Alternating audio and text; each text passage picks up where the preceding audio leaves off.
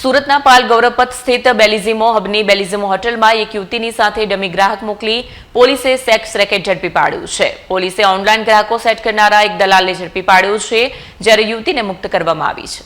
મળેલી બાતમીના આધારે પાલ પોલીસે એક દલાલનો મોબાઈલ ફોન ઉપર સંપર્ક કરીને તેની સાથે વોટ્સએપ ઉપર વાત કરી એક યુવતીનો ફોટો મંગાવી તેની સાથે ₹7,000 ભાવ નક્કી કરી ડમી ગ્રાહકને શરીર સુખ માટે લોકેશન મોકલવા કહ્યું.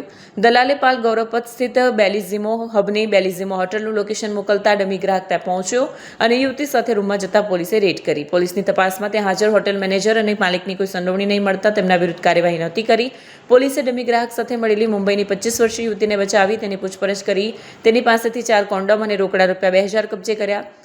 યુવતીની પૂછપરછ કરતા જાણવા મળ્યું છે કે તે સાહિલ ઉર્ફે અયાન ચૌહાણના કહેવાથી અહીંયા આવી હતી અને તેને દલાલે સંપર્ક કરાવ્યો હતો. સાહિલ ઉર્ફે અયાન અને અજાણ્યો દલાલ બંને ગ્રાહકોને કોલગલના ફોટા મોકલીને ભાવતાલ નક્કી કરતા તે પછી હોટેલનું મોબાઈલ ફોન પર લોકેશન મોકલતા હતા. દીઠ ₹7,000ની વસૂલાત કરીને આધુનિક કૂટણખાનું ચલાવતા હોવાનું બહાર આવ્યું છે.